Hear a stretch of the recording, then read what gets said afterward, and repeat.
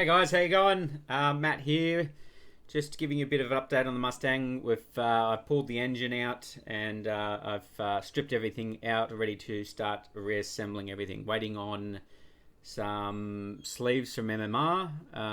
They should be getting here within a week or two, which will be good. Sending the block off and having that board.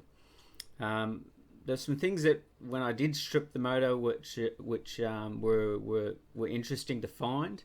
The biggest for me concern was the oil pump gears. The oil pump gear is something that I changed out to a billet pump gear in about 5 to 9,000 k's. The car has 20,000 k's on it, so they've been in the car about 10,000 k's. We'll say 12,000 k's.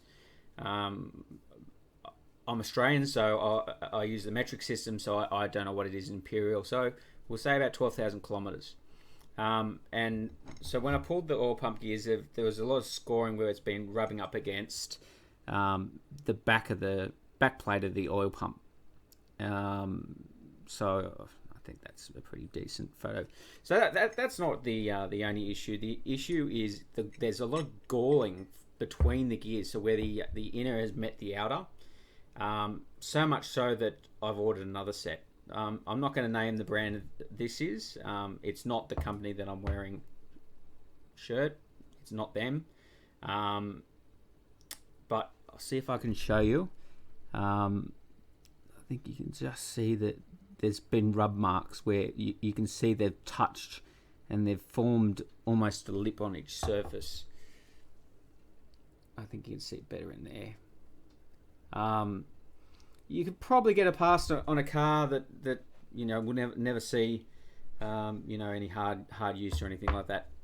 I think that was caused by snapping the belt. I snapped the belt a few times flat shifting, and what I think that put a lot of pressure on the crank snout and caused it to almost bounce. And because that's riding on a bit of oil, or film of oil.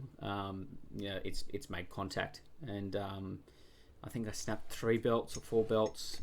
So it wasn't something I did frequently, but I don't baby the car, but I don't thrash it. I don't like flat shifting, especially with the MT82. It's a special gearbox. So when I do shift, I try to shift gently, but I was surprised to see that the billet gears were damaged. So that's my opinion on the oil pump gears. A lot of people are like, I've got 80,000 kilometers and I'm 8,000 RPM and I rev bounce everywhere and blah blah blah. Sure, but I have a soft limiter. I think it was 7,200.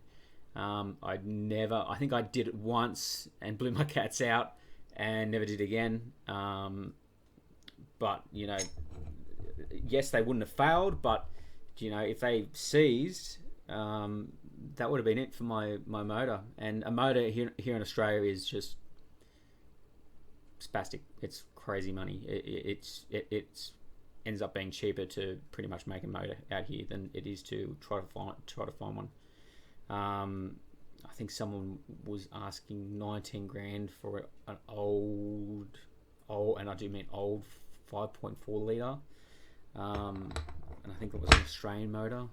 So yeah, for something that was meant to be a performance upgrade and to make sure that the weak powdered metal didn't break, I was disappointed. So that's my review of the oil pump gears.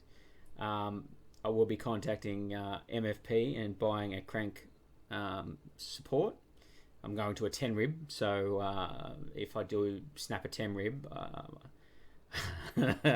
want to have that support there, because that's definitely something I don't want to happen in the future. So that's my oil pump gear update. Thanks.